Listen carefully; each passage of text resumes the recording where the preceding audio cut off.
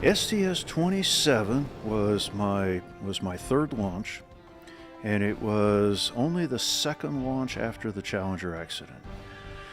Well, I will never forget, we maneuvered the arm, and Mike Mullane was my arm operator, so he moved the arm over there, and we brought up the television image of the right wing, and I looked at what I was seeing, and I said to myself, we are gonna die.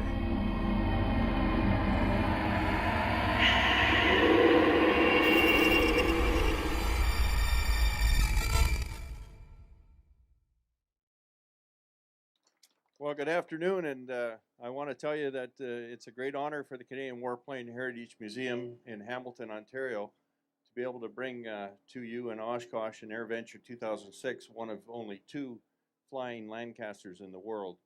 And we haven't been here in 17 years, and we thought it was time. And we were able to do that through the great cooperation from the EAA in Oshkosh, and also the EAA in the Canadian chapters in Alberta and Nanton, which is has a tent right behind us, and they were able to fundraise and help us fly this airplane here. It only uses about 240 gallons an hour, so and that's not to say anything about the maintenance.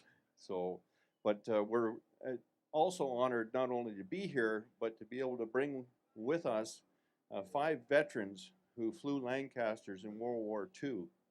And these gentlemen are here today. I'm going to tell you a little bit about each one of them, and I'm going to obviously give them a chance to say a few things, and also they'll be available to answer any questions you might have of them.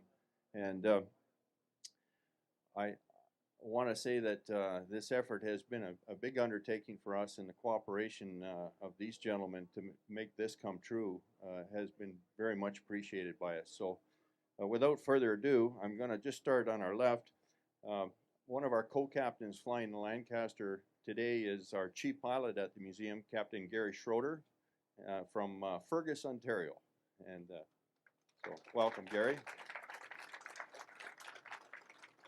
And he can tell you what it's like flying a Lancaster 60 some odd years later.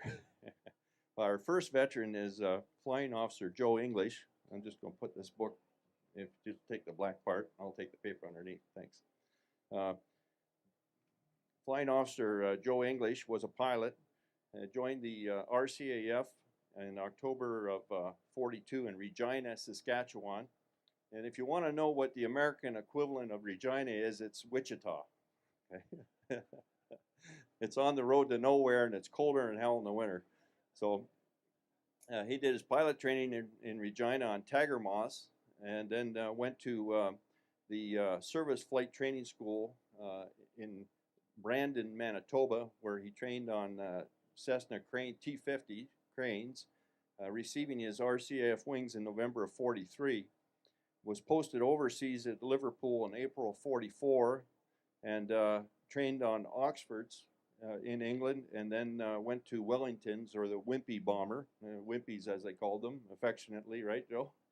And was mated with his crews. Then went into 4-engine conversion on Halifax bombers, and then eventually to Lanc finishing school, joining 625 Squadron in Kelstern, England, and then when that base was condemned, you moved to Scrampton, England. Joe completed 30 operational missions on Lancasters. Following his operational tour, he also flew the Lancaster on 2 mana drops, one into The Hague, dropping food, and one into Rotterdam, dropping food, before being repatriated to Canada and attending University of Manitoba, and became a professional architect in Edmonton, Alberta. Thank you, Joe. We're glad you're here.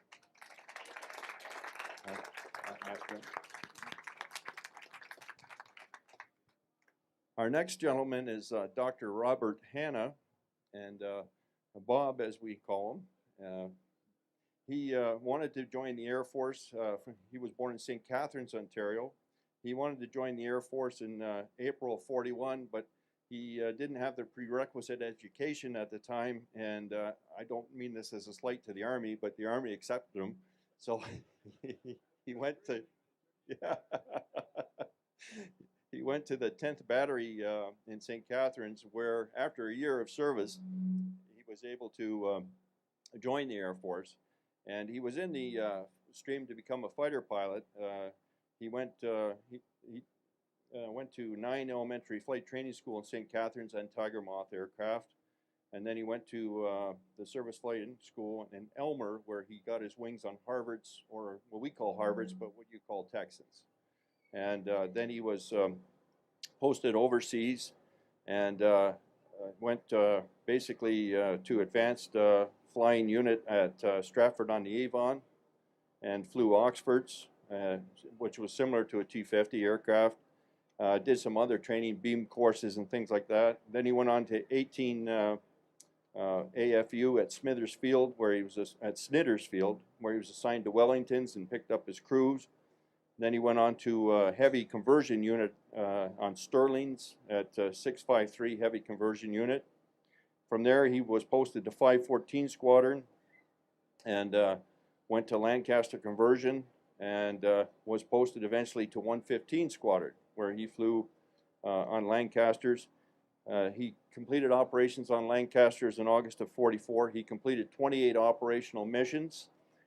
When you get a chance to talk to Bob, he has his mission operation map from his 15th mission, which was a mission to downtown Berlin. And it's quite an exciting mission. And he has the actual map and briefing of that mission, and he'd certainly be able to discuss and show you that. It's very interesting. They didn't have GPS, I can tell you that. And then he also, after completing the missions, he did 2 mana drops into Hague, and then he also went into France and Juvincourt, France, and he brought home our POWs from France and brought one load of 24 POWs back in Lancaster and back into England. And he said that was one of the more precious trips he did, because he said after you survived the POW experience, he said if you're sitting in the back, you didn't want some young pilot to crash now and end your wartime experience coming home. So, but we're very glad to have Dr. Hanna. After the war, he came back and went to dentistry school at the University of Toronto and retired as a dentist a few years ago.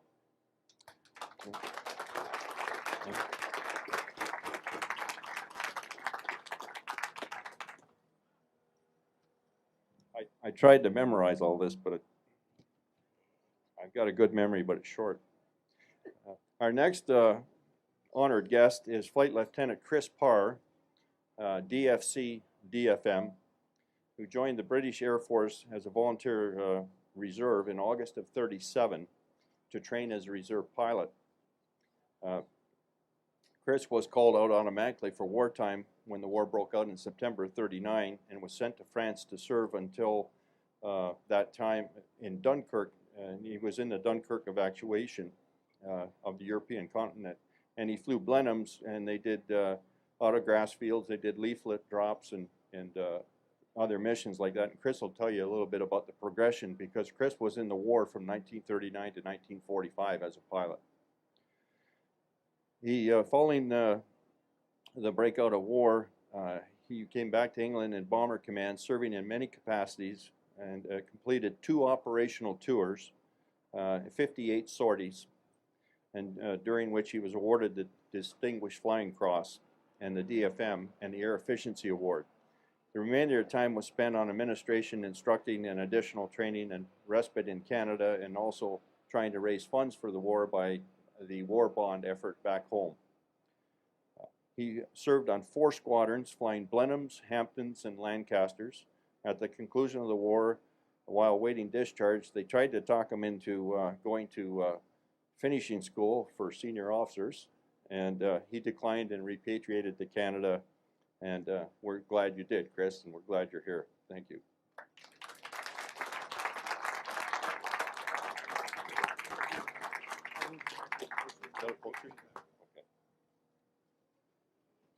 The next gentleman is Warrant Officer Eric Grove, and he is the only flying NCO pilot that we have in the group here.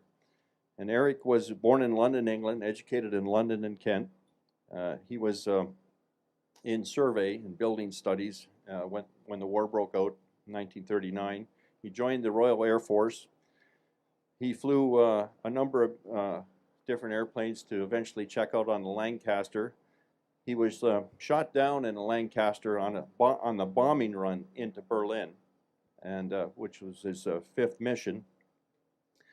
Only 5% of all aircrew shot down in a Lancaster survived.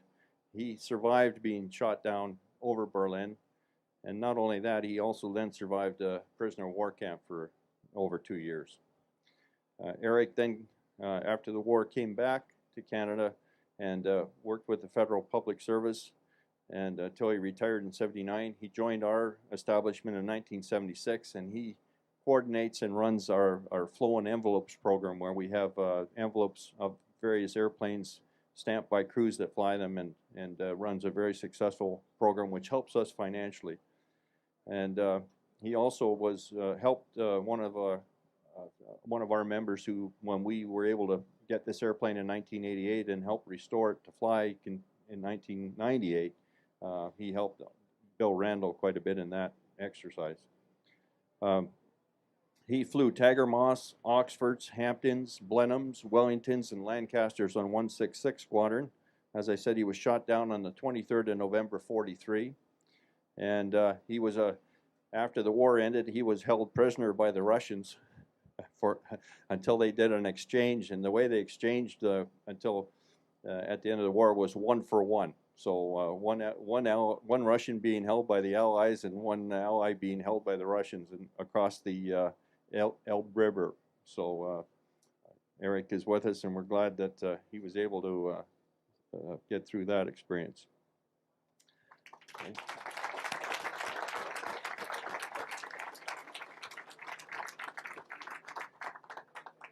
Our last guest of honor, and I want to tell you, I'm really proud of these gentlemen, because you know what the heat was like yesterday, and these guys are troopers. I mean, we've had pretty long days, and you know, they're up early in the morning ready to go before we are, and they're there at 10 o'clock at night having their nightcap, and we're trying to keep up with them. So, but our last gentleman is not a pilot, but he's a gunner, air gunner, and that's Leslie Weeks. And Leslie joined the Royal Air Force in 1941, and he joined as a ground armorer and completed a course to be an armament technician, basically, on Spitfires in 91 Squadron, which was at Hoxkinge, Kent, which was the closest British base to Calais, where the Germans were. He was posted to the Middle East in Egypt in 1942. He worked on Halifax and Wellington bombers. He applied for aircrew status and was trained as an air gunner at El Bala, Egypt. Trained on the Avro Anson, posted to 76 Operational Training Unit on Wellingtons as a tail gunner, converted to the B-24 Liberator, which is behind us, as a mid-upper gunner. Was posted to Italy in 1944, stationed at the East Coast on Amendola on 178 Squadron on the Adriatic Sea. Flew missions as a mid-upper gunner, basically targeting the marshalling and railway yards as the Germans were trying to retreat to northern Italy. They were trying to interfere and make that retreat more difficult. In England, he was posted back to England in 1944, and in December '44, where he was assigned duties as a rear gunner on the Lancaster, and served in that capacity until the end of the war. He flew 21 missions, and an interesting thing about Leslie was when he was 18 years old, living with his family in London, England, one night in September, for those that remember, and I'm sure there's many here that do, but September 7th, 1940 was the first huge bombing of London, England, and it happened about 4 o'clock in the afternoon. And on October 1940, at about 1:45 in the morning, Eric's family lived down by the dockyards, which was a target for London, and his home was bombed, and Eric lost his mother and his dad, lost his older brother, his older sister, and younger brother and younger sister. and brother-in-law in that bombing, and he survived that bombing. And basically, at 18 years old, the war changed his life significantly, and he really didn't have a family anymore after that. And so he, in deciding what he wanted to do with his life and where he should go, he joined the RAF subsequent to that. And one thing that Leslie wanted me to tell you was that he didn't do it out of revenge or anything like that. He did it because as a young man, it was something, it was a direction for him to pursue, and so he did that, and we're glad you did, Leslie. So thank you for being here.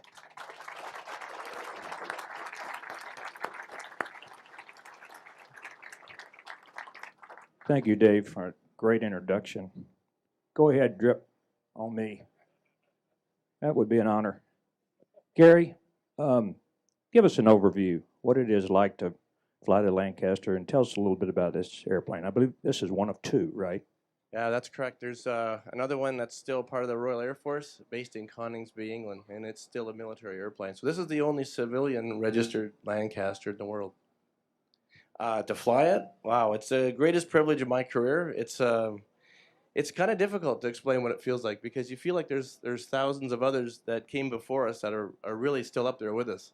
It's a heavy airplane compared to a lot of the aircraft that'll be here that you'll see at Oshkosh, but you get used to it pretty quick. It's very similar to a DC-3. We say it's like flying the DC-3, only it's meaner. And Well, you know, 4 Merlins in close formation here. What a sound. I've never heard anything like it. yeah, we say it's the most efficient way of turning money into noise. It's extremely noisy. The noisiest airplane I've ever flown with. You cannot communicate without interphones. As soon as the engines are started, you cannot talk to each other. You can't even scream at each other. I mean, that's a good thing. You know, I'm a very fortunate guy. I'm able to fly the EA's B-17 here, aluminum overcasting. And every place we go, we meet veterans. And it's a very emotional thing for them. They got a tear in their eye, and they want to tell us their story. So without further ado, let's start right down the line here, and let's hear some war stories. Tell us your best war story. Yeah, hold the mic right up at the top there. Yeah, let's hear about what it's like to fly the Lancaster in combat. Well, the nearest I got to a real serious incident was coming back from a trip to Munich. We were running into a lot of bad weather, and for some reason our good old Lancaster was eating up petrol like crazy. That's gas, yeah. And so we, as a crew, we had to decide just when we were getting near the French coast whether we should try for England or not. And the engineer, my engineer Jack Mundy, was a real crackerjack at this, and he had us on on the best arrangement of RPM and boost and so on. And we decided that we'd go for England, and we would head for the Manston Airport, which was right on the south coast of England, the nearest auxiliary or what would you call that? Oh, the place to land when you're in trouble. That's where we were. So we did. We made it. We didn't have a huge amount of gas left, and they had this. Hold it real close. Yeah. FIDO. They call it FIDO. Fog intensive dispersal of. That's is that correct? Yeah, FIDO, and that was lit. It was a big string of gas pipes that were lit in case of fog, and we needed that because the front was coming through. We were running out of gas, and the North Sea didn't look very hospitable. So we did get in, and I went over the perimeter track of the edge of the airport at about 200 miles an hour, but it was a big airport, thank God. And we if I'd lost my motors at that time, I would have at least glided in anyway. So that was the most exciting thing. Thank you very much. Pass the mic down. Let's go right down the line here. We know the airplane is a night bomber. That's why it's painted black on the bottom and sort of a dark camouflage on the top. You guys operated at night with one pilot, What's that correct. like? I mean, that's Well, unbelievable. before I tell you any experiences, I want to say it's a great pleasure to be able to speak to people that are interested in coming here and honoring us. It's a tremendous thrill. I'd also like to thank the Canadian Warplane Heritage and David Rohr for all the hospitality they've exhibited to us, and the people in the tent from Alberta where Joe got honored by them also, yes. And they've just been wonderful. Now, about flying the Lancaster, I'm just going to tell you this one trip. I've told it several times, but my 15th mission was to Berlin. Well, when you heard the name Berlin, you automatically got sort of wound up. You knew that was going to be a long and probably a difficult trip.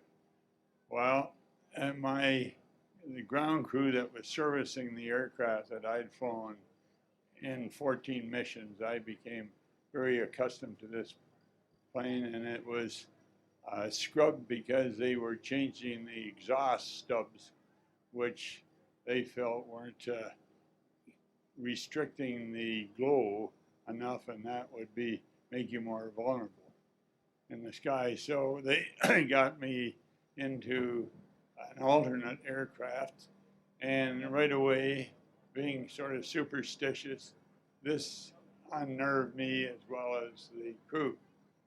So we got in the plane and we had trouble getting the port inner started. And they had what they call trolley acts. That's an English way of saying they got a cart full of accumulators or batteries. They have a whole different way of talking. So I said, they're going to bring a cart full of batteries and try to get this thing started. So we got it started, and right away I was late in getting out to the caravan and get the Aldous light to go. There was a plane ahead of me that had just gone slightly off the perimeter track and buried the port wheel in some mud, and they were pulling it out. And I said, "Oh my God, what the hell else can go wrong?"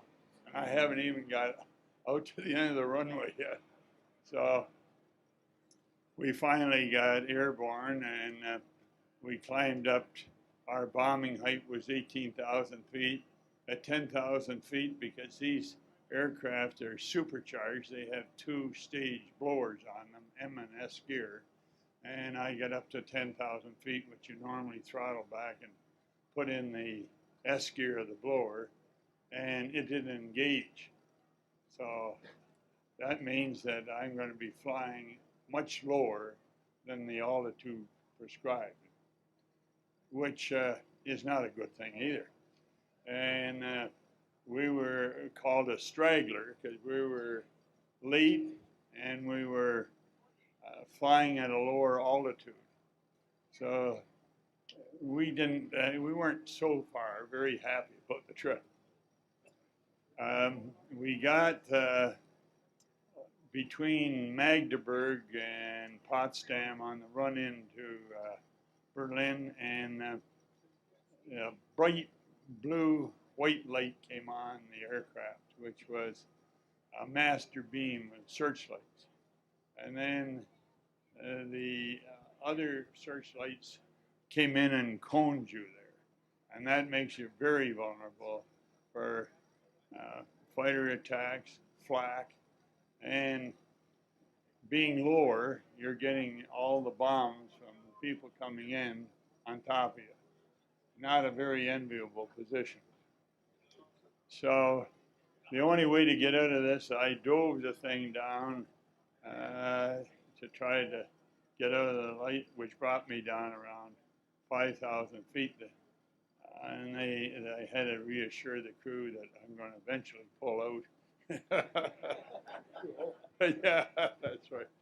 Anyway, there was a terrible thud, and the aircraft was shaking like mad. and a piece of flak had caught the left port wingtip, and later on we discovered it blew off one of the blades of the propeller, which put it out of serious balance, as you can. Yeah.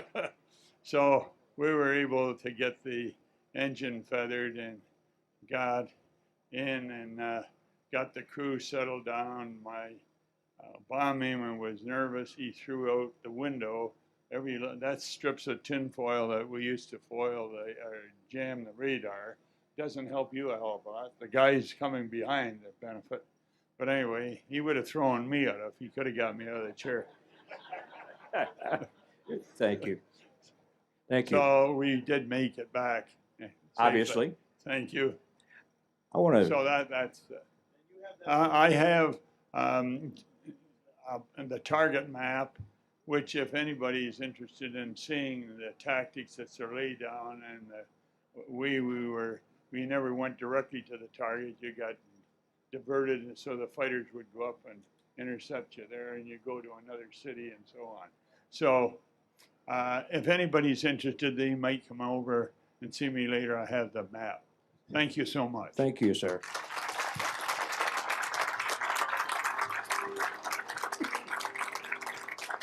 Before we move on, I want to recognize the reenactors standing behind these gentlemen. Guys, come on up here, front and center. I want everybody to see the authentic RAF gear that these guys have on. And we're also going to give them permission to come out of their uniform of the day a little bit if they want to cool off. But this is all the authentic RAF gear, the fur-lined boots, the beautiful Mae West, the fur-lined jackets and parachutes and so forth. You notice they have the oxygen masks, authentic electrical connectors, the microphones in the mask, and of course the whistle is if you're in the water. This is to signal to your other crew members so you can be picked up. But thank you guys for coming, and we appreciate you. Thank you.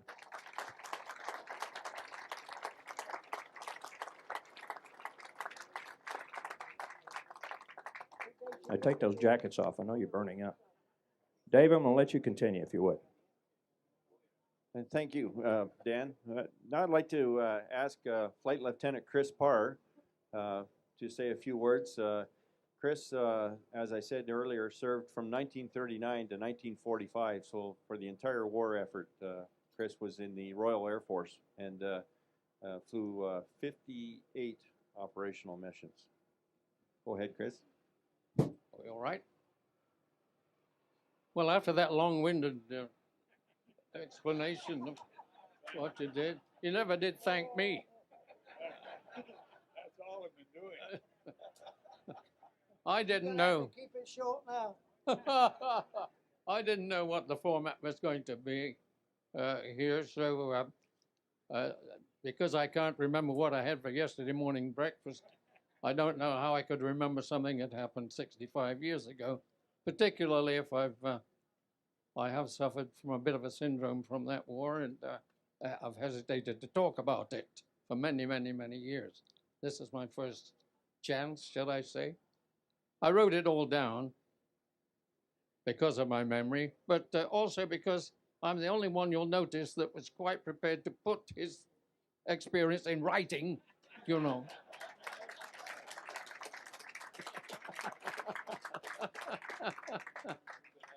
But again, I had a whole list of comparisons here, but I'll just start with the first one and then tell you a story. At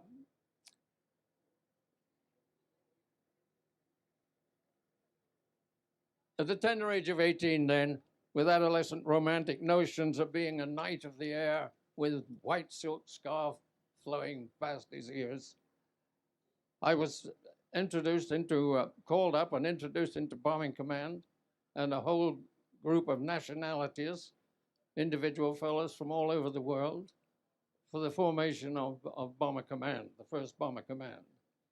And you got very little time to make friends because the changes were so rapid, so very rapid. But as far as comparing the first and the last, the obvious place to begin is the changing pattern of a bombing sortie from 1940 to 1943-45. In 1940, of course, the individual crews, because of the sparsity of enemy defenses, weather, etc., that was given later on in briefing, because of that sparsity, each crew was to, although we were given a general direction of route to a target, we planned our own route by simple navigational methods, and we attacked the target, whatever the situation was when we reached it.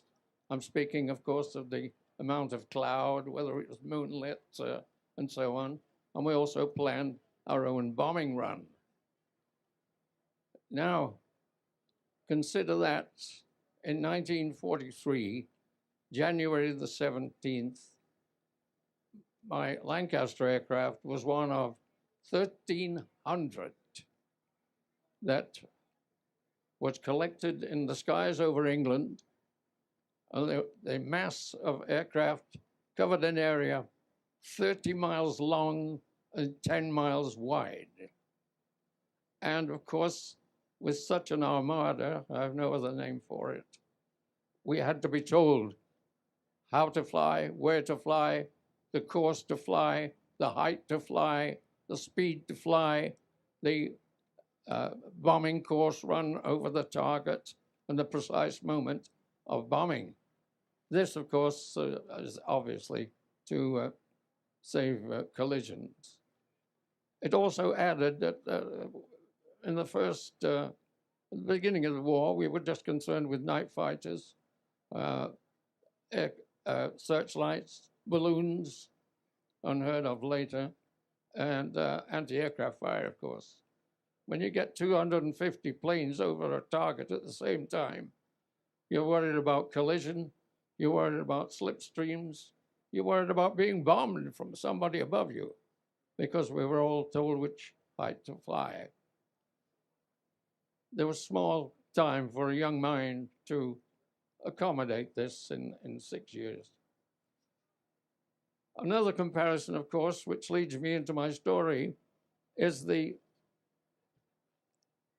great advancement in communication between ground and air, which developed rapidly with new innovations in the 6 years. Our most reliable form of communication, and I can sense your very skepticism now, is the lowly, or was the lowly carrier pigeon. Now my story.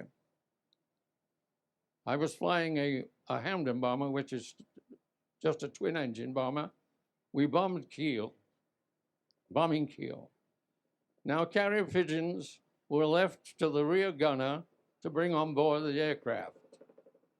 And before they were brought on the aircraft, these pigeons, I don't know whether any of you are homing pigeon fanciers, but they were hungry. They were not fed for a couple of days, and they were shown their mate with another pigeon to make it jealous.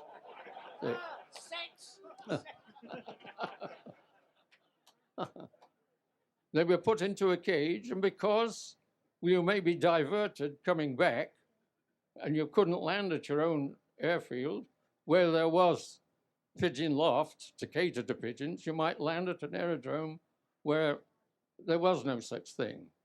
So they tied a large bag of kernel to the side of the cage to feed them if you were so diverted. Now, the rear gunner, who was supposed to have been briefed about all this, hadn't got a clue. All he knew was that he just had to carry those pigeons on board the aircraft, and he was very responsible for them. So we take off, we're flying over the North Sea, going to bomb Kiel, and of course, while we're climbing to the height that we wish to attain, the highest, the rear gunner sat in the back. He was also a member of the squadron jazz orchestra, and he played the clarinet. And so he took his clarinet with him on every flight. in case he bailed out or he was a prisoner of war. This would give him some form of amusement and entertainment. I'll never forget what he was playing as we climbed to height. I surrendered, dear. And we told the son of a bee to shut up and carry on. Now he's over the North Sea, flying in the dark with nothing to do. What do you think he did? Fed the pigeons. Colonel after colonel after colonel. We left Kiel and we're coming home, flying from across Denmark, and we're following the line of the Frisian Isles, which wraps around Holland, Denmark, and down. And on the edge of the Frisian Isles was a beacon flashing. So we thought we would shoot up strafe this bloody beacon. Down we go, get to about 10,000 feet, and then all hell broke loose. A whole line of searchlights shot up like a wall. A whole line of anti-aircraft fire with tracers shot up like a wall. And we had to fly through this damn thing because there was no way to evade it. We were hit. We were hit in the starboard engine, and we were hit in the transmitter, the receiver, the wireless operator's receiver. Now, the engine's coughing, spluttering, spurting, and it's obvious we're losing height. To cut a long story short, we were losing height, and the decision was, should we fly over to Belgium and land and bail out, or should we try to get back to England? The decision was, or ditch in the sea. The decision was to try and get back to England. Well, of course, we never made it. We ditched in the sea. The aircraft floated for about approximately 3 minutes. The dinghy is released automatically by the sea water. The dinghy comes out. The navigator shouts to the gunner not to forget the bloody pigeons. He brings the pigeons, and to cut long story short, once again, lots of dehydration, lots of difficulty getting the dinghy righted and climbing in wet through. And we're sitting there all alone, you see.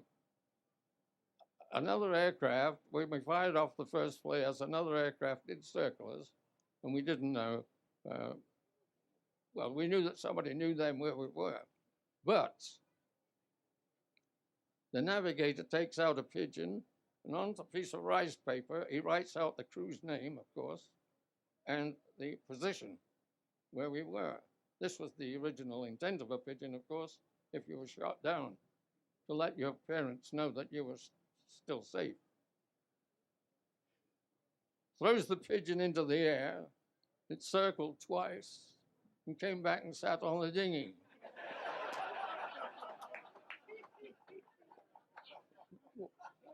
He got the second pigeon out and did the same damn thing and threw that one up. Landed on the dinghy. Now the four of us are sitting there with two pigeons. Suddenly, out of a clear blue sky, a little voice says, "They should go home. They're well fed."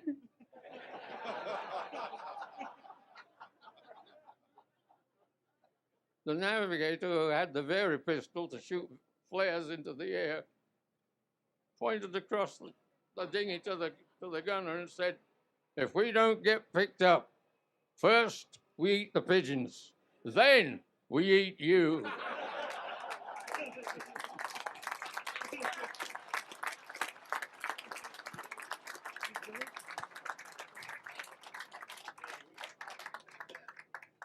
Thank you, Chris. Thank you very much for sharing that with us. And now, he's never told that story in the last 4 days that we've been here, but we've heard a lot of good stories. I'd like to introduce Warrant Officer Eric Grove, and as you may remember in my introductory remarks, Eric was shot down on the bombing run into Berlin on his 5th mission. I can't match Chris's story for humor, but I thought I might tell you something about what it's like to be shot down. And as with Robert, I was on a way to Berlin. This is in November 1943, and it was pretty cold. And I got right to Berlin at 22,000 feet, more or less. And for that reason, I'd done 3 Berlins in 5 nights. Now, Berlin trip was about 6 or 7 hours. So that in 5 nights, I'd done something like 20 flying hours over Germany. I was pretty tired. Anyway, I was early that night. And when we got to Berlin, close to Berlin, between Potsdam and Berlin, it was all dark. And you must realize that flying over enemy territory at wartime, the ground was entirely black. There wasn't a single light anywhere. No vehicles, no houses, no factories, nothing. Everything was dark black. So here we are trying to look down to find out our aiming point on a dark night on a black ground. I decided that when we came up to the right time when we should have bombed, that we should bomb. There were 400 aircraft behind me coming up, and I really didn't fancy the thought, as Robert said, of circling with 400 aircraft coming on. Now, the risk of collision was a little too great. So perhaps I did the wrong thing, but I said to the bomb aimer, okay, we'll open the bomb doors and get everything ready, so that as soon as we see the first flare go down and we know where the target is, we can drop our bombs and get the hell out of here. It was unhealthy staying over Berlin. I think it had something like 20,000 guns. So it was pretty unhealthy. Now that was probably by my mistake. So I opened the bomb doors, and for the first time on that flight, when we normally flew like this to confuse the enemy radar fighters and guns and things, I flew straight and level for 60 seconds. And in that 60 seconds, the night fighter shot me from the tail to the nose, underneath, firing upwards. He killed the rear gunner, the mid-upper gunner. He knocked out this port engine, knocked it out, tipped it up at an angle, tipped it up. He knocked out all my internal communications. Now, you know, you heard this aeroplane the other day. It's a noisy aeroplane. Can you imagine trying to talk to one another over the noise of 4 engines? We had no communications at all. And he set the bombs on fire. That night I had a 4,000-pound high explosive and 6,000 pounds of magnesium incendiaries. And unfortunately, the incendiaries set the magnesium in the aeroplane also on fire. And so here we were sitting up in the sky at 23,000 feet on 3 engines with no defenses, no communications, and a real beacon in the sky, waiting for the other target, waiting as a target for some other night fighter to attack us. So I dived about 5,000 or 6,000 feet to try and blow out the flames, which is what the record book tells you to do. And of course, as the record book is usually wrong, it never didn't work. And so we stayed, in fact, it did the opposite. It just fanned the flames bigger. So I had a decision to make. And I'm talking to you for some minutes, but all this happened in the space of about 15 seconds. I had to decide as the captain and the pilot of the aircraft, and I was responsible for the crew. All we pilots was responsible for the safety of our crew. Should I attempt to fly to Sweden over the cold Baltic? This was November. The Baltic Sea would be very close to freezing. Should I try and get it down to Switzerland and climb over the mountains, which was equally cold? Should I try and fly it back to England for 4 hours against all the enemy defenses and so on? And I decided, and as I say, in a matter of 11 seconds, you could be surprised what runs through your head quickly when you need to. Now, I thought this was unhealthy, I better get out.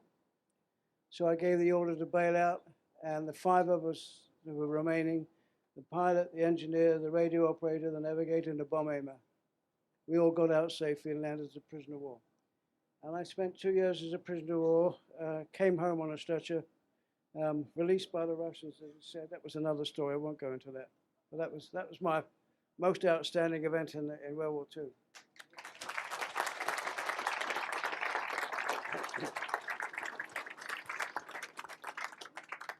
Thank you, Eric. And Eric was telling me earlier, and I did mention it, that only 5% of crews that bailed out that survived that experience, let alone being a prisoner of war. And our last special honored guest today is Leslie Weeks. Leslie was a gunner, started as an armorer, and ended up aircrew as a gunner. And Leslie, could you please tell us a bit of your experience? Well, 2 of mine were when I used to do our in air training. I was at this place called El Bala, and we trained on Avro Answers. They also decided there that we would do our dinghy drill on the Suez Canal because it was right alongside the Suez Canal. I don't know who thought of that one, but anyway, that's what they made us do. But this day we were down there doing a dinghy drill. A dinghy in those days was about a 7-foot round dinghy. It was open. There was no cover to it. So it was just supposed to accommodate 7 men, supposed to accommodate the whole crew, right? So we were down there doing this, and all of a sudden somebody shout out, "Ship coming," looks up the canal. There's this great big ship coming down the canal, and they usually push a kind of a wall of water ahead of them when they're coming down, when they're going through. And the dimensions of the Suez Canal is 100 miles long. It's 100 yards wide and 100 feet deep. It was built by Ferdinand de Lesseps. The statue was at the top end, the Mediterranean end of the canal. But anyway, knowing that this ship was coming down, we had to get out of the way. So we also had canvas paddles that you put over your hand. We only had 2. So one guy would be paddling one way, and the other one's supposed to paddle the other way. But the other guy, we were paddling both the same way, so the dinghy was only going round in circles and not moving anywhere. But luckily enough, various distances down the canal, there's these steps that actually go down to the water. So if anything transpires, they're able to get down to water level without having to jump in. So that was one of them. The other one, we were doing a bombing raid on Ferrara. That's near the east coast of Italy on the Adriatic side. And what we used to do, we used to bomb the marshalling yards.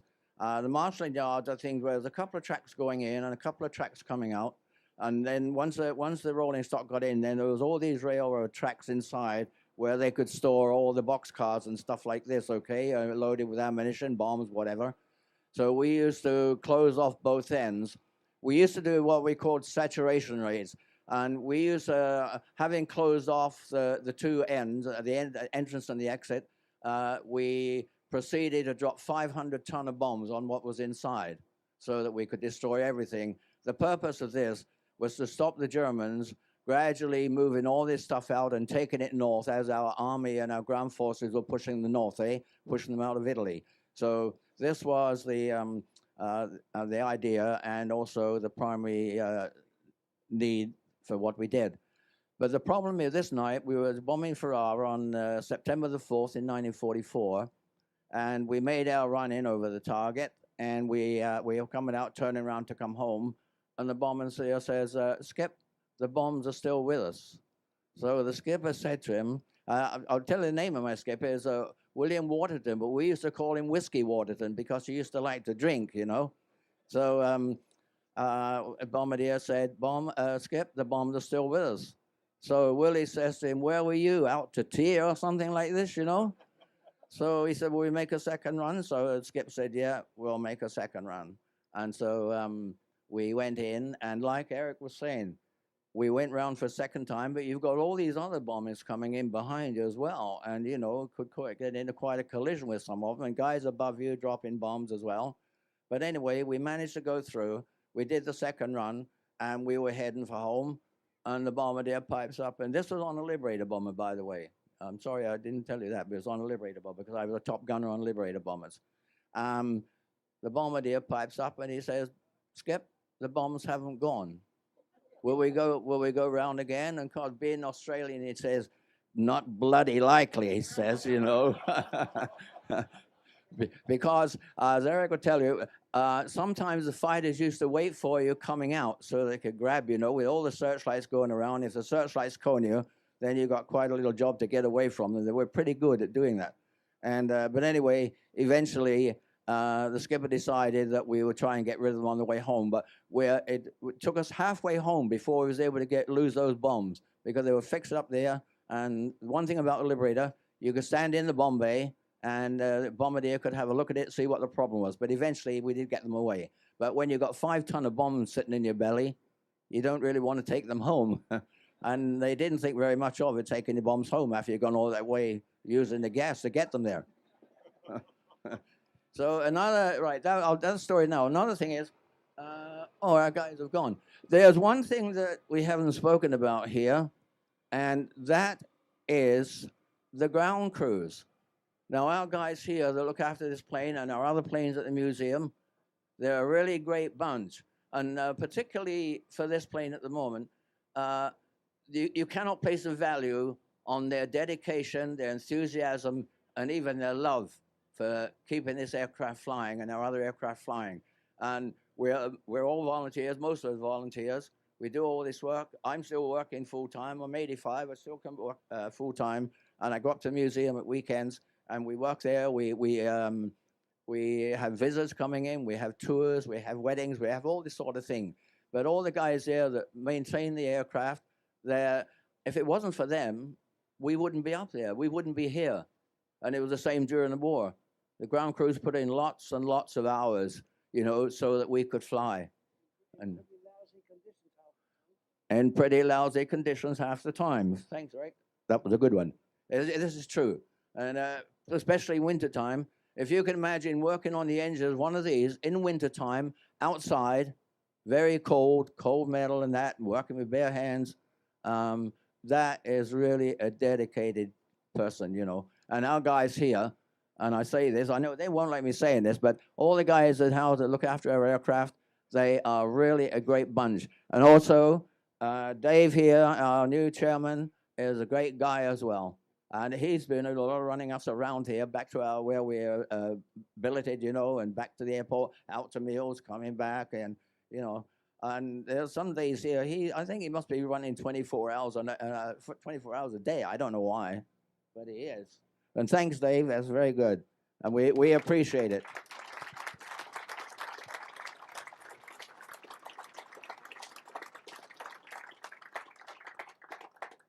How many Canadians in the audience?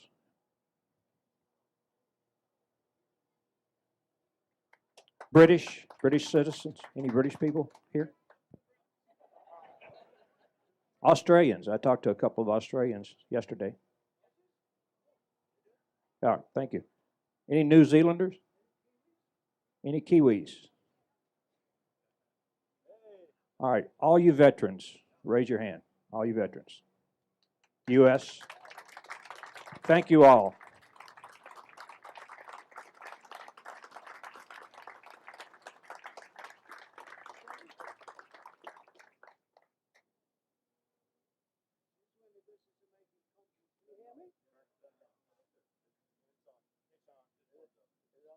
It takes a second.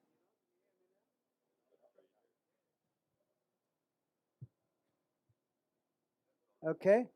Since we're in business of making compliments and making odds and ends, I'd like to point out a couple of things as well. Our respected chairman, the big guy over here who stands 6'6", was also in the military. He served in the Royal Canadian Air Force, followed on where we left off. We have one of the Lancaster pilots who flies with Gary there. He's also served in the RCAF, and some of the ground crew served in the military. And I like to think that where we finished off, we left in good hands where these guys took over. That's number one. The other point I'd like to make to pick up where Liz was talking is the maintenance of these aircraft at Canadian Warplane Heritage Museum. We have about 25 active aircraft, I think, none of which are less than 50 or 60 years old. Most of the maintenance is done, as Liz has said, by volunteers, but we have 2 or 3 permanent engineers. And if he's here, I hope he's here, is our chief engineer, Dwayne Freeman. Is he here? Where is he? Dwayne? Well, he's a guy who keeps responsible for keeping 25 aircraft at the average age of 60 years old up in the air, trying to beat our equivalent of your FAA, Transport Canada, in keeping it going.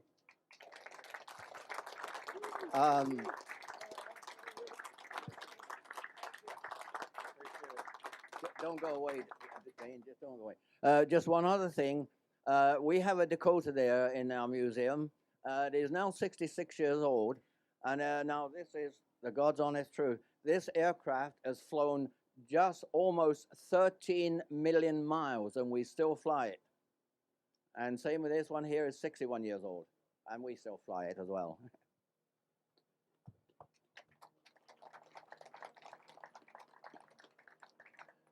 Tomorrow at 10 o'clock will be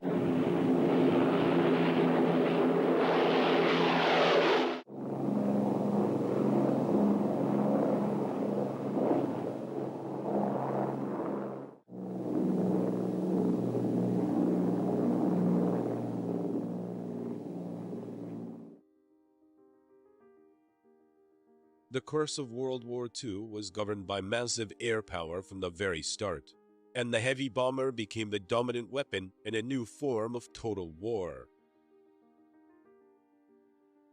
The most potent Allied bomber in the European conflict was the British Lancaster. It was an aircraft that would see you through. Flying at night, Lancasters pounded the major cities of Nazi Germany into a mass of twisted metal and smoking rubble. It was truly a wonderful airplane and a major contributor to the victory in the Second World War. The cost was enormous. Thousands died on the ground and in the air. Of more than 7,000 Lancasters built, almost half were lost.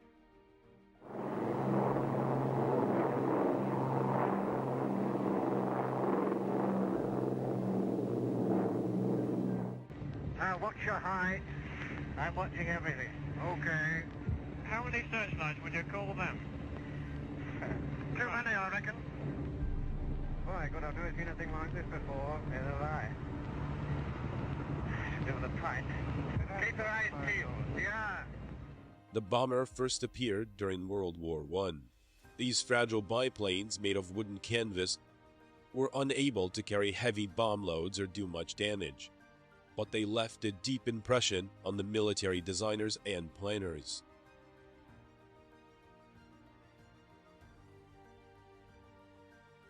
During the 1920s and early 1930s, European governments became convinced that bombers would dominate any future war.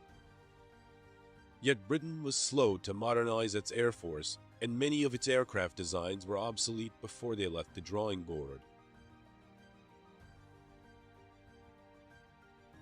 Germany did not make the same mistake.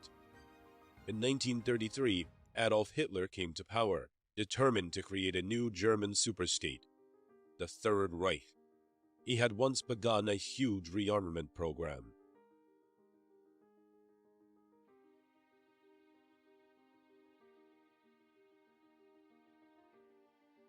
Hitler created a modern air force. Its chief weapon was to be the bomber. Within a few short years, Germany was openly preparing for war. The British government had realized the impending danger and launched an urgent program to re-equip the Royal Air Force. They turned to aircraft designers like Roy Chadwick. He had joined the Avro Company in 1911 as a draftsman and steadily worked his way to the top. Chadwick was a visionary who combined the precision of an engineer with the eye of an artist. He was tall and slender, and I remember him in dark overcoats when in his young days, with white silk scarf he would have knotted. He had big brown eyes and an olive face and dark hair, and he was elegant. He liked kind of elegant things, and I think that is translated into his machines. Roy Chadwick had a passion for his work and never stopped worrying about how to improve his designs. It was winter, and the curtains would be drawn. He was sitting in the room after his evening meal, was quietly there, with the Manchester Evening News. And he would fold it over, and I'd see he'd do the crossword puzzle. And then I might go to say goodnight, Daddy, and give him a kiss. And I'd see all round the edges of the Manchester Evening News, all the calculations. He was doing two things at once.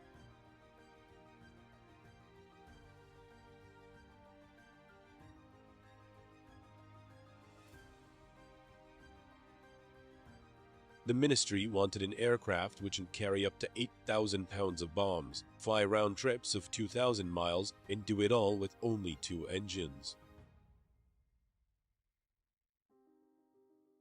It was a very tall order which could have defeated a lesser talent, but Roy Chadwick rose to the challenge. I asked him once, how do you design an aeroplane, Daddy? And he said, well, I think of all the parts first, and then I sit down to do the design. Chadwick designed his bomber around a massively strong central section in the shape of a cross. It was formed by the 2 wing spars bolted at right angles to a pair of girders, forming the roof of a huge bomb bay. After months of painstaking work, the plans were ready, Every single component had been designed and drawn, down to the last nut and bolt. Roy Chadwick named his bomber in honor of Avro's hometown, Manchester.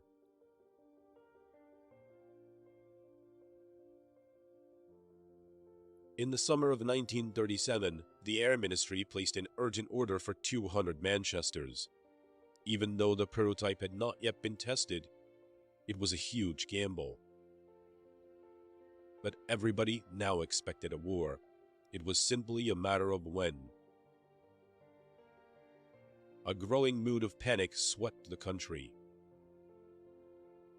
Londoners began building aero shelters, gas masks were issued, and the public were instructed on what to do.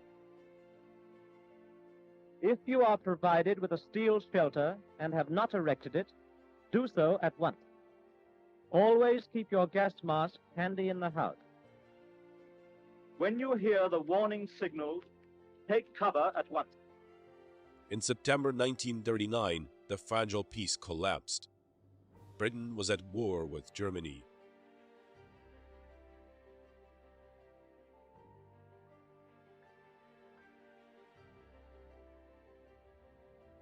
As Europe was overrun, cities like Warsaw and Rotterdam were devastated by German bombers. Then, in September 1940, Hitler finally unleashed his bombers on London. The Blitz had begun, and Londoners found themselves in the front line.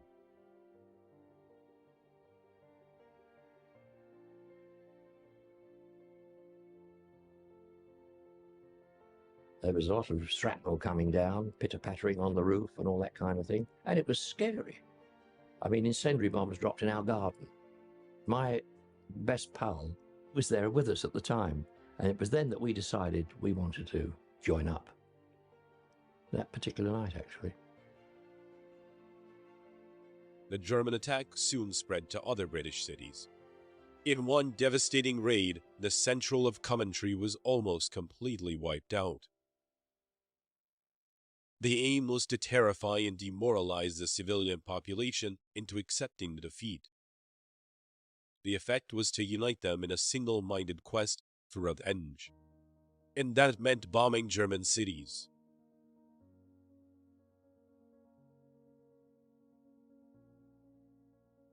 I used to come home on leave and see all the people going down into the underground shelters in London, you know, sleeping down there night after night, and I used to think to myself, you know, this is terrible.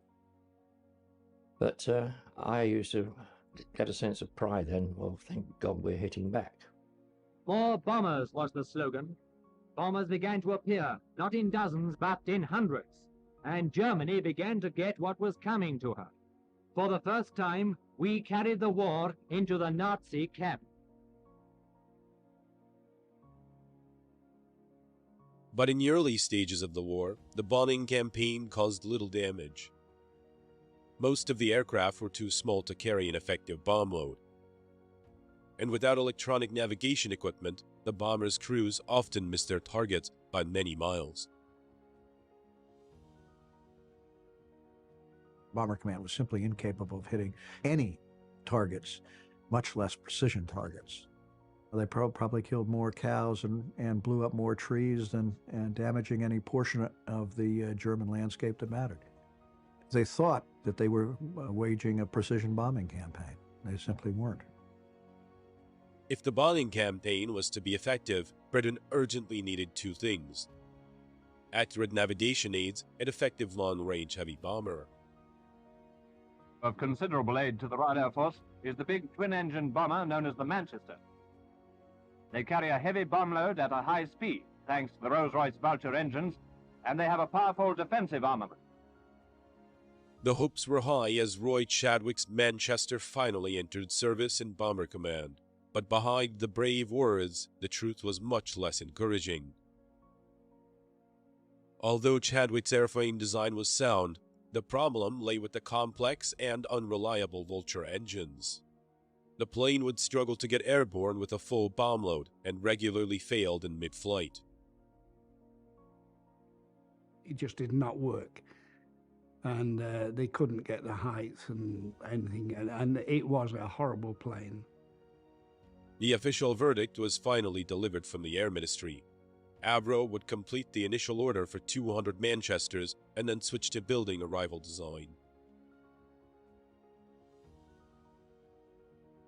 For Roy Chadwick, it was a bitter blow, but he would not be beaten. He knew that his bomber could still be a winner.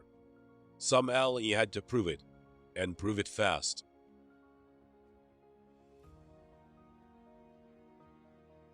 The decision by the British Air Ministry to abandon production of the Avro Manchester bomber forced Roy Chadwick to rethink its design.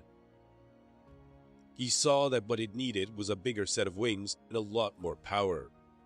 He decided to remove the 2 unreliable Vulture engines in favor of 4 Merlin engines.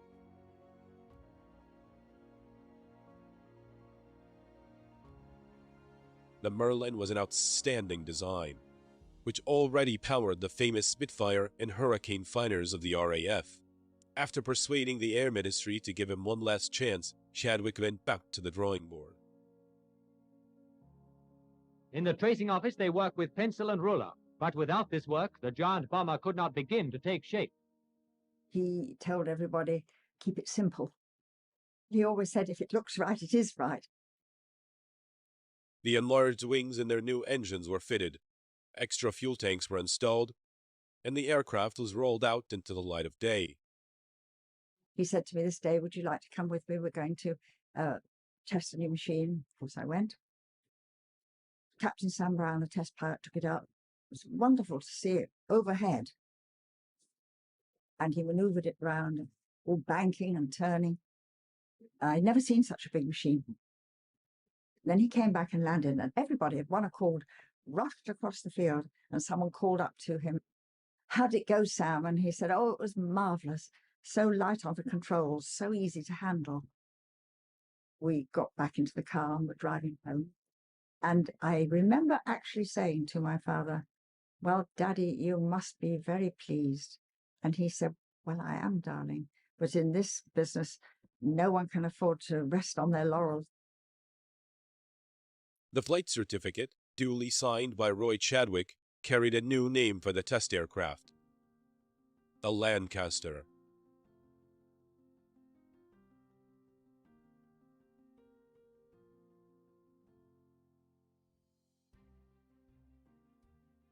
The machine suddenly looked and felt right. The problems that had plagued the Manchester were quickly forgotten, as the glowing reports of the test pilots confirmed Roy Chadwick's faith in his design. This is the weapon upon which the Allies based tremendous hopes. To the people who built the Lancasters, each doing his own task to the best of his ability, their success came as no surprise. Soon, the Lancaster bomber would become a household name. For one man, it would become the key to victory. Early in 1942, Air Marshal Sir Arthur Harris was appointed Commander-in-Chief of Britain's Bomber Command. He was an aggressive leader with a single-minded determination to destroy the German war machine. Press in your attack. If you individually succeed, you will have delivered the most devastating blow against the very vitals of the enemy. Let him have it right on the chin. Send that message to all groups and stations.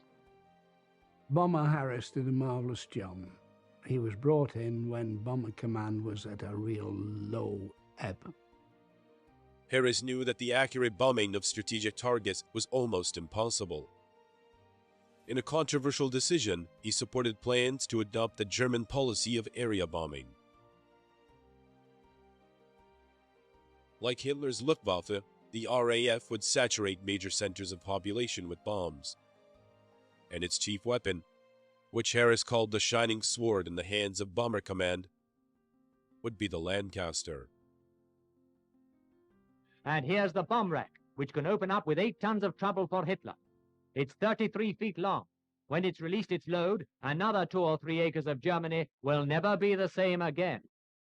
The Lancaster soon became the undisputed heavyweight champion of the British bomber force. As it proved its worth in combat, fresh orders poured into the Avro factories. We got a new aircraft, and on the side it was HWH. And at that time, there was a film called Hell's a Poppin'. Right, okay, lads, this is Hell's a Poppin'. So I got some yellow paint, I climbed onto the wing and I painted Hell's a Poppin' all the way up. Hell's a Poppin' it was. It was a lucky aircraft for us. For many, the Lancaster quickly became far more than just a machine. It was alive, and so all its male crew. The Lanc was definitely a lady. It was love at first sight. There she was, and she was standing up on these long legs, and a black beauty. Funnily enough, I didn't feel that there was any rivalry with the rest of the crew. You know, I felt she was my girlfriend, and we all felt that it was our girlfriend. You know. It took a crew of 7 to fly a Lancaster: the pilot, flight engineer, navigator, bomb aimer, wireless operator, and 2 gunners. The most forward position was the bomb aimer, who was lying down in the bomb position. And if necessary, he manned the front gun. And the skipper was on the port side. Next to him was the flight engineer's position. Then you had the curtains, and the navigator sat behind those, so he could have his lights on his charts. The wireless operator was behind him. And then you went back over the main spar, and then you had the mid-upper gunner, and then you had the tail gunner. If any one of you didn't do your job, well, that was it. The whole lot of you went. You live and sleep and eat together. You go out together. They rely on you and you rely on them. The pilot in Bomber Command was always the skipper, irrespective of rank. And even if the group captain, the CO of the squadron, flew with me, I was in charge. You weren't just a crew of 7. You'd got the ground crew. The ground crew were the boys who got that aircraft so that it would bring you back. And we had a terrific ground crew we had. We'd do anything for them, and they'd do anything for us. The ground staff, who watched and waited back at the base, played a vital role in supporting as the bomber crews risked their lives over enemy territory. In the control tower, they anxiously plotted the course of each raid. They only knew too well that with every Lancaster posted as missing, another 7 men would not be coming back that night.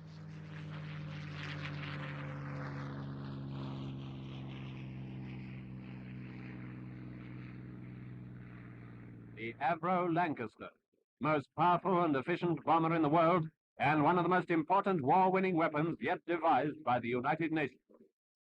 The Lancaster is a name that is writing war history.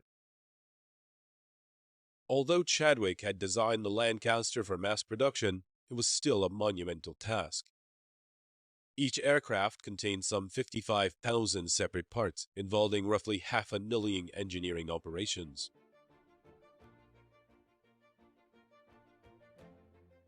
He had designed the Lancaster in 5 sections so that it could be made in all the different factories and then brought together. And with this simplification, they were able to put it together quickly and simply, and so much so that at the height, I think it was 1943, 150 Lancasters a month were being produced. Meet a few of the ordinary, hard-working people devoted to this important task. Angela Roberts, a capstan operator. Maisie Rafferty at a press. Dobson Hind and his mate, Joan Evans, riveting. Every pilot of a Lancaster is confident that he's handling an aircraft into which has gone not only superb designing, but the proud craftsmanship of an experienced army of workers. It's everything you wanted in a heavy bomber. It had got the strength, the speed, the maneuverability. Its weight carrying capacity was out of this world. It took eventually 6 tons more than it had been designed for. Sir Arthur Harris said it was the camel that never knew the last straw. In our training, we used to cut two engines on one side, and you could stand the Lancaster on its wingtip with two engines cut on one side. Marvellous aircraft. I think the Lancaster was the finest bomber in the European theater of operations. It was truly a wonderful airplane and a major contributor to the victory in the Second World War. By 1943, the Allies were equipped with enough heavy bombers to launch an all-out offensive against Nazi Germany. It was to be a 24-hour round-the-clock operation, the Americans bombing by day, the British by night. Electronic navigation systems were introduced, and the bombing became more accurate. Radio direction finders and radar scanners were installed in selected aircraft, and their hand-picked crews were given special training as pathfinders. It all came together at the end of July 1943, when a series of heavy raids on the city of Hamburg demonstrated the devastating effect of area bombing. Thousands died in the inferno as huge areas of the city were utterly destroyed.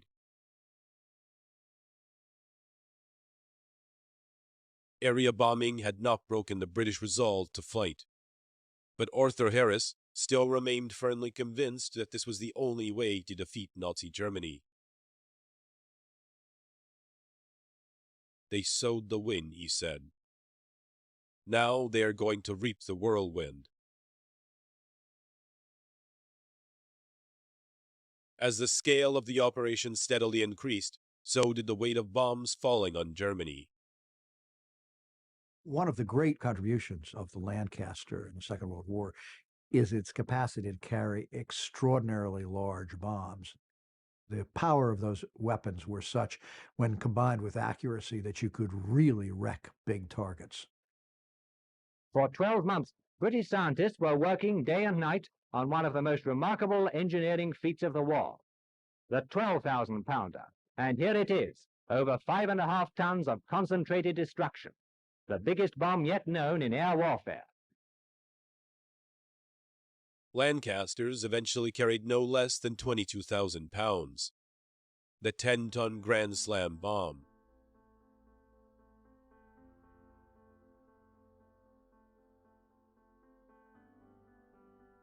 But most raids involved more conventional loads. The crews knew in advance what bombs they would be carrying. What remained a mystery was the night's intended target. One clue was the fuel load. If they said, oh, it's only 1150 gallons, you think, it's a short one. But normally it was 2154, that was full tanks. So that was a long one. As dusk was falling, the air crews would go to their briefing. Only then would their target be revealed. When you entered, of course, there was a big curtain up over the whole map of Europe, you see. And that curtain was only drawn back when the CO walked in to tell you what the target was for that particular night. There'd be a huge wall map with a piece of ribbon marking the route that you'd be taking to the target. The first thing everybody looked at was where the end of the ribbon was. You now know precisely the next item on that list. Now the tension began steadily mounting as 0 hour approached. I used to go to NAFI and always write my last letter. Obviously you can't post it, and it goes in your locker. And if you shouldn't return, that letter would be taken out of your locker and sent to the family. The average number of ops, missions, or whatever you want to call them, we call them ops, was 7.5. After you did over 7.5, you were living on somebody else's borrowed time. You had 1 week's leave every 6. There was a block of 6 of you, and anybody on that got the chop or didn't come back. The name was taken off the list. Everybody moves up one underneath. The new crew go to the bottom. So sometimes In a heavy time, you would go 3 weeks and you'd get another week's leave because 3 of the bods above you got the chop. A great friend of mine, Sergeant Ellsworthy, he was on his 28th trip and he didn't come back. Ellsworthy's fiancée had already lost a previous boyfriend who had also been a pilot. Now, she turned to Laurie for consolation, and the friendship soon blossomed into a romance. But Laurie's superstitious crew did not approve of the match. So I had to drop her. The crew said, "You will drop her, Skip." She was a jinx. Poor girl. Very nice looking girl, too. But for the skipper of a Lancaster in love, as in war, the welfare of his crew always came first. They had to believe their luck would hold as they set off for Germany. You were at the beginning of an adventure. You were at the beginning of something dangerous. You were at the beginning of fear, and you would feel fear. And anyone who said they didn't feel fear were liars or nuts.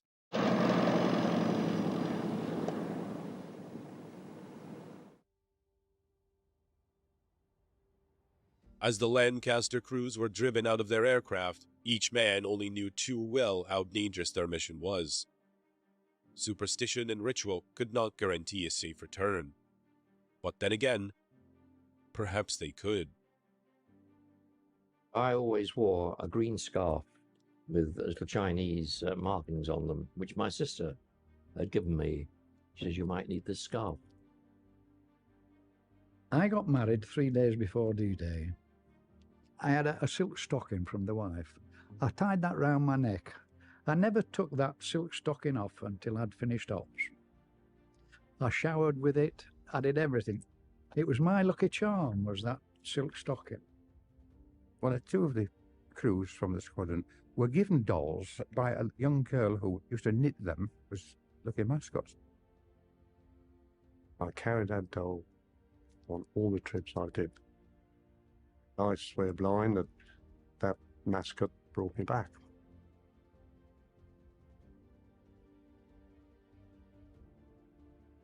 You talk about the smell of an aircraft.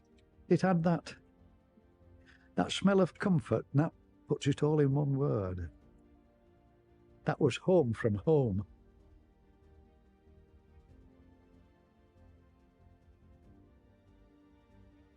Once you get into your seat, of course, you check all your various meters, pumps, gauges. Once we're all satisfied that everything's in working order, we get the order to move, and then we move off.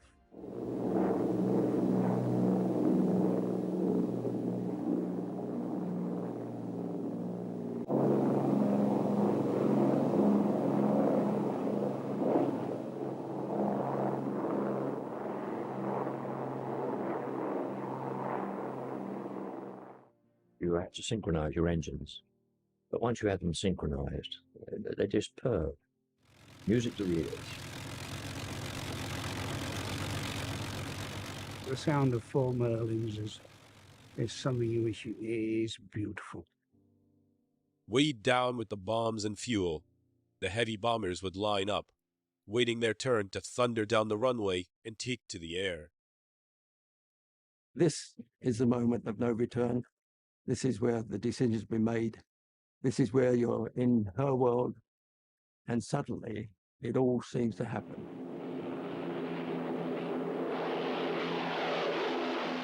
You've got a full bomb bay, and you've got full power, and suddenly she's let go. I mean, that moment, it's unbelievable. And you roar down the runway, and all you can hear is the noise, and it's a beautiful noise.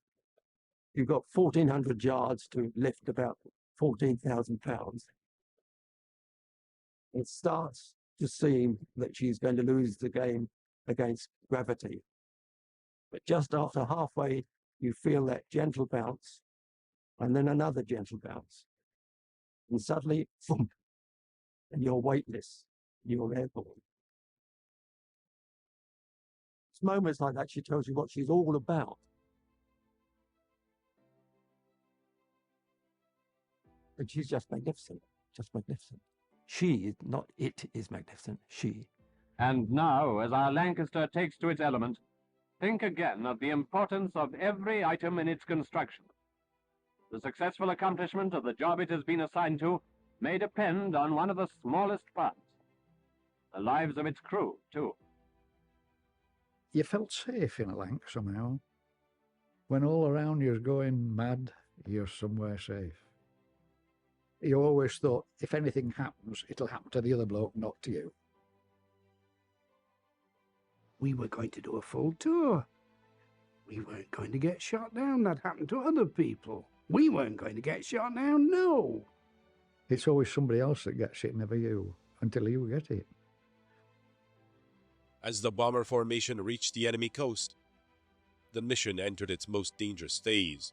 Ahead lay the batteries of deadly anti-aircraft guns and the night fighters of the Luftwaffe. But the only sound that reached the crew members was the reassuring drone of the Merlin engines. You had this sort of rhythmic sound of the Merlins there, you know, and somehow that was warm and comforting. And you weren't thinking then, God, will we ever get there and get back again? Because you had utter confidence in them. You just felt we're going into it now, and everybody alert. I used to pass orders round. Gunners, keep your eyes skinned.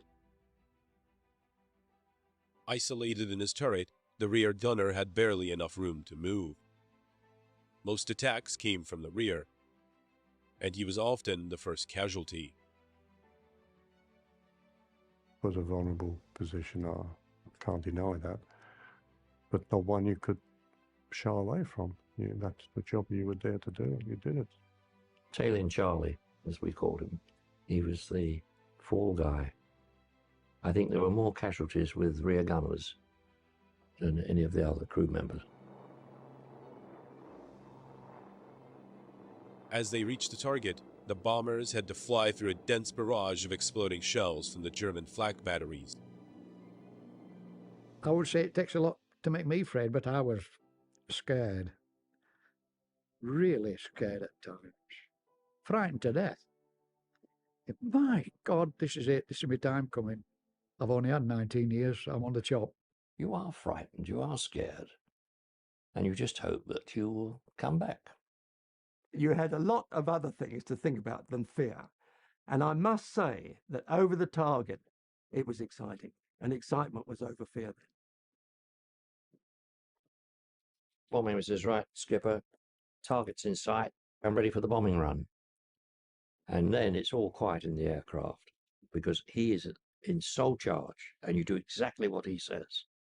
You actually go out there to hit a target. The fact that civilians may be killed, you've got to blank that out.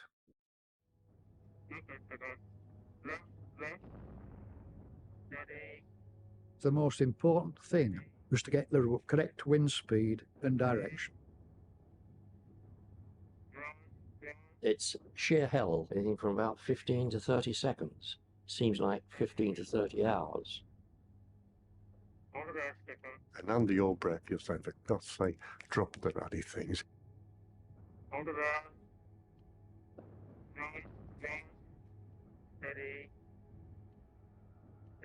Get rid of these bombs now. Just get them away.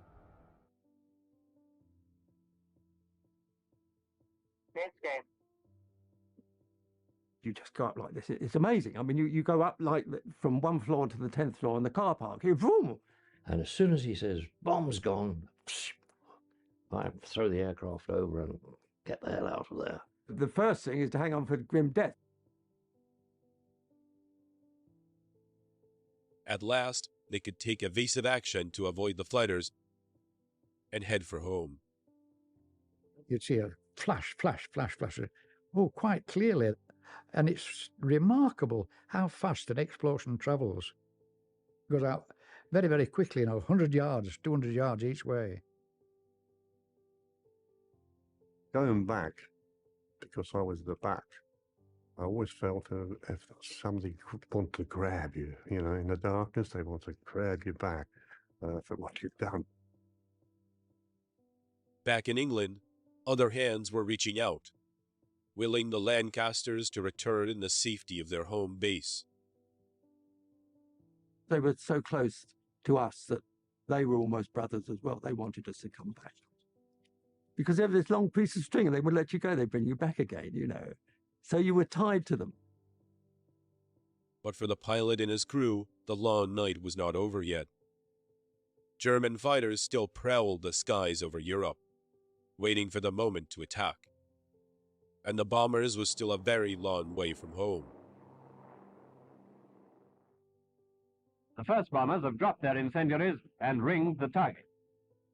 Each speck of light a blazing German building. Easy enough to realize the catastrophe, the concentrated chaos that is overwhelming the city below. As they set course for home, the crew could not let down their guard for a second. German night fighters continued to attack the bombers relentlessly all the way across occupied Europe. See the flames and you watch the parachutes coming out. I can remember my skipper used to shout at us and say, "Pay attention, this could be you next." The gunner suddenly called out, "There's a Ju-88 coming in, skipper." I said, "Okay, give me your orders as soon as you can, what to do." But he's in charge then. And he said, "Prepare to port, prepare to dive port, prepare to dive port, prepare for dive." And as he said that, we were hit. And he also fired at that time. As I put the aircraft over in to go port down, I saw the tracer go underneath me. Then I went into a screaming dive to port. And at the same time, of course, there were screams from the rear gunner and the mid-upper gunner. They'd both been hit. I said to the flight engineer, "Bill, give me a hand with this control column." Eventually, I got out of the dive. I was down to about 6,000 feet then. And of course, I relaxed and whipped over again into another dive, you see. So it's the same way. We poured out at about 2,000 feet, and immediately I saw a bit of cloud and I dived into it. The fighter had vanished, but the Lancaster was badly damaged and almost impossible to control. That part of the wing was missing. The fuselage was riddled with holes and both gunners were seriously wounded.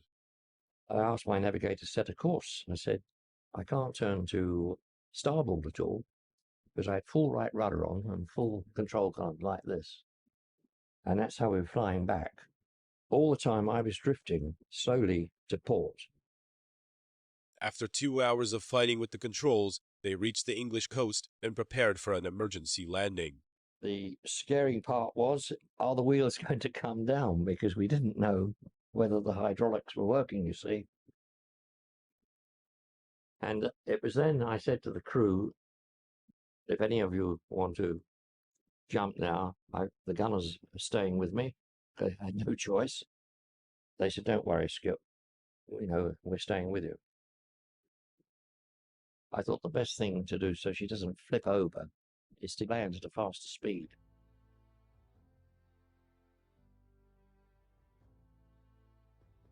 You just sat back and thought, Godfathers, we've done it.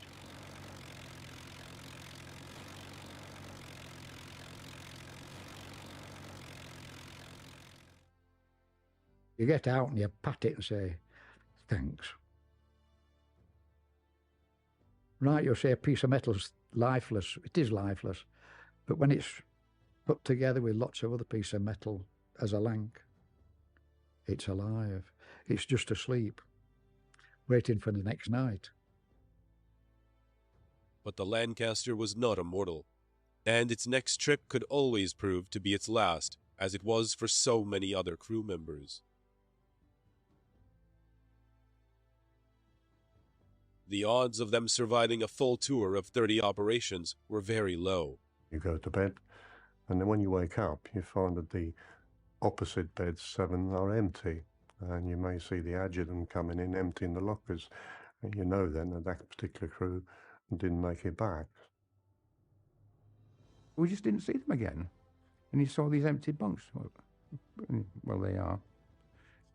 And then we all lost friends, perhaps on other squadrons. I lost 2 very good friends. I often miss them. 50% of bomber aircrew were killed. And if you add the training accidents and people who lost training, it works out roughly about 6 out of every 10. And in Germany, the cost was even higher. Hundreds of thousands were killed or made homeless as the nation, which had once seemed invincible, was steadily reduced to rubble. No matter how messy the bomber offensive was, it was absolutely essential portion of winning of the war. Without the strategic bombing offensive, one can project an Allied victory, but maybe at the cost of another 2 or 3 million lives of Allied soldiers and perhaps the war continuing into 1946. But after the war, the destruction of Germanic cities became a controversial issue, and an episode which many preferred to forget. Today, there are few memorials to the men of the Bomber Command. As far as I'm concerned, we had every right to bomb these places. In view of what Hitler not only had done to Britain, what he'd done to Warsaw, Rotterdam, well, wherever he invaded, they went in and destroyed everything they could. After the war was finished, we used to go on trips to have a look at the damage that was done, you know, Cologne and all those places. Much the same as we suffered over in this country, obviously. But even then, that's you looked at it and you thought, was all that necessary? Was there not another way of sorting this out? But Air Marshal Sir Arthur Harris has no doubts about the bombing policy, or about which aircraft made it possible. Writing to Roy Chadwick, he said, "Without your genius and your effort, we would not have prevailed. The Lancaster was the greatest single factor in winning the war." We've always got to have a designer before we can have a pilot. The man who contributes something like the Lancaster. And that's an enormous thing. And that must be the job satisfaction to end all job satisfactions, mustn't it? And that lives forever. My young nephews say, don't say, my uncle was in the Air Force. They say, my uncle was on Lancs. That's Roy's tribute. But the Lancaster could never have played its part in the victory without the thousands of brave young men who fought and died in the skies over Germany. There's a hell of a lot of lads who've paid for my privilege to still be alive today. A lot of young men have paid the price, the ultimate sacrifice, so that I've got children, I've got grandchildren. I'm very, very lucky. I really am very, very lucky.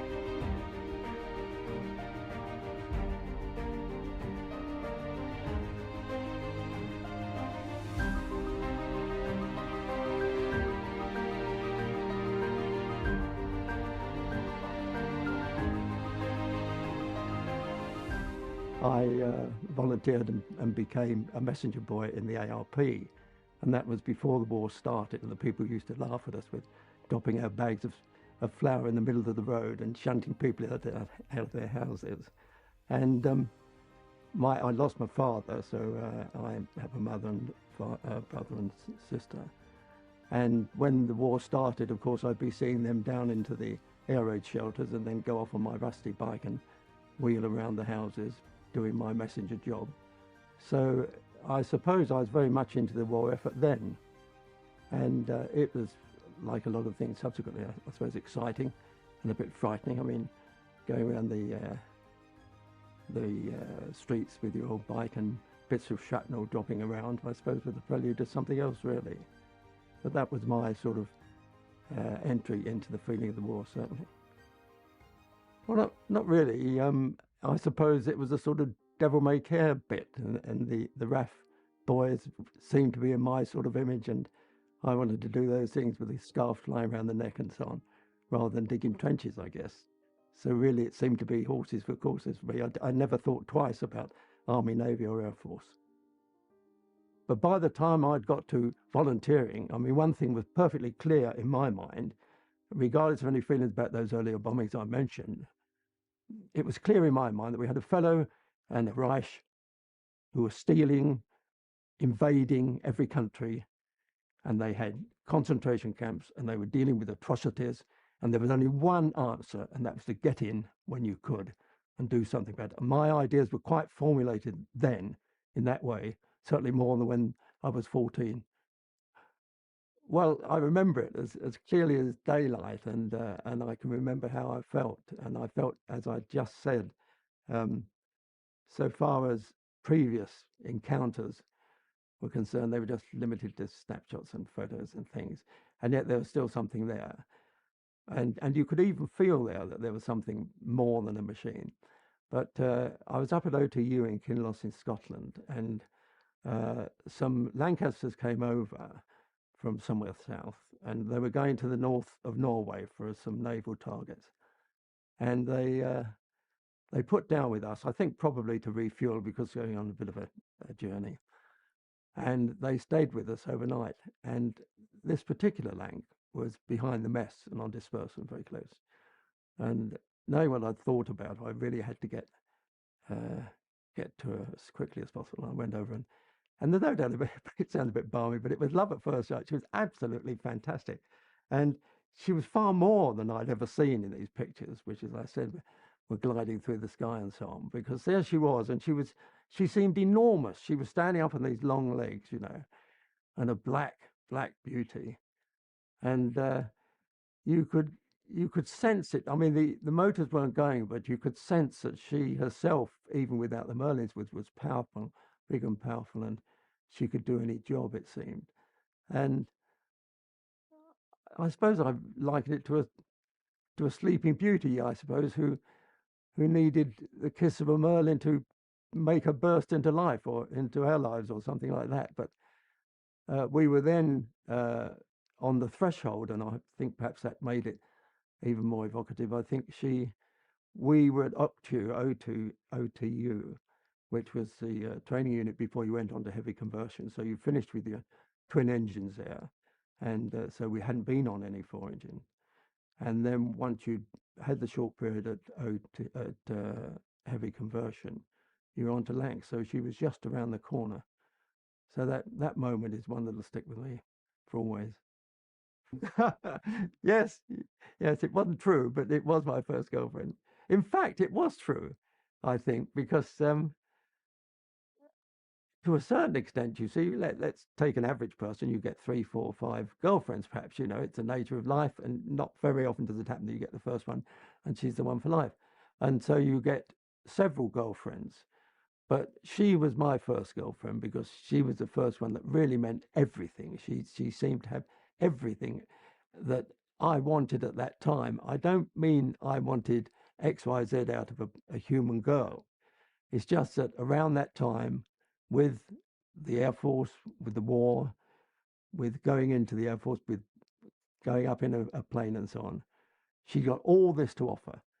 And to me, going back to the feeling of a human aura anyway, yes, she was my girlfriend. And I take her, and I took her as my girlfriend. And funnily enough, I didn't feel that there was any rivalry with the rest of the crew. You know, I felt she was my girlfriend, and we all felt that it was our girlfriend, you know. And I suppose that's an extension of the fantastic spirit you had in the crew. But She was, yes, she was my first girlfriend. Two things about the regulations and how, and this was part of the fun of being on the squadron, if you can call it fun, and there was fun, as well as all the serious side. And that was when we used to, after we'd had our briefing, we'd go out and get ourselves togged up in all these bloody great things and boots and everything, and then get in the lorry, and away it would go. And there was this precious moment when we used to go through the gates, and there was the service police in their hut.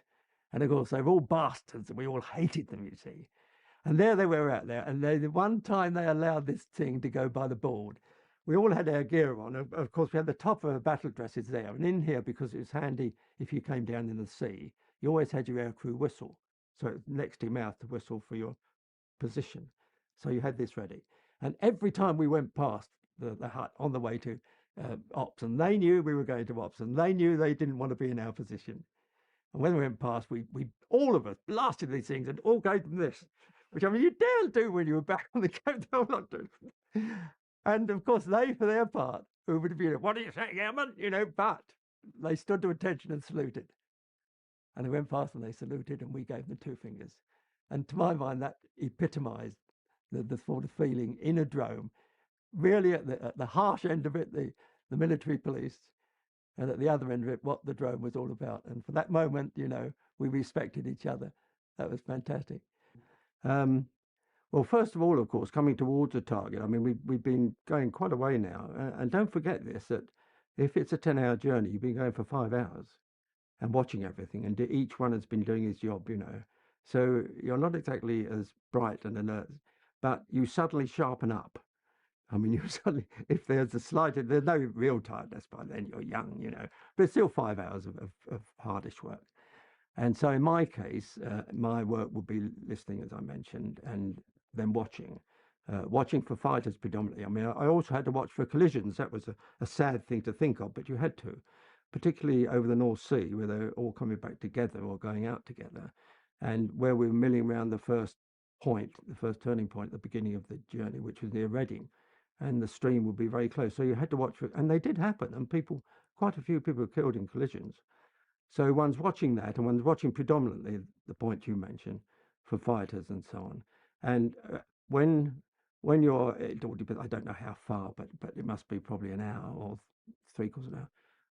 You see that the pathfinders and perhaps the beginning of the stream have started to hit the target. So you see the targets blazing, and you know where it's going, and you don't need a navigator's set then to be able to find the target.